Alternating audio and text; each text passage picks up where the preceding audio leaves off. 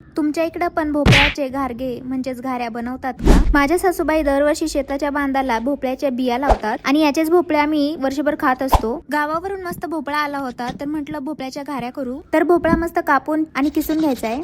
तुम्ही तो कुकरला शिजवला तरी चालेल. आता हा भोपळा किसायला मला तर भरपूर कष्ट लागले, त्याच्यामुळे एक लाईक कराल. मला एक समजत नाही युट्यूबचं लाईक बटन हार्ट ऐवजी ठेंगा का आहे. असू द्या, व्हिडिओ लाईक करायला विसरू नका. आता एका कढईमध्ये तूप टाकून आपला हा जो किसलेला भोपळा आहे तो टाकून घ्यायचा आणि मस्त परतून घ्यायचा.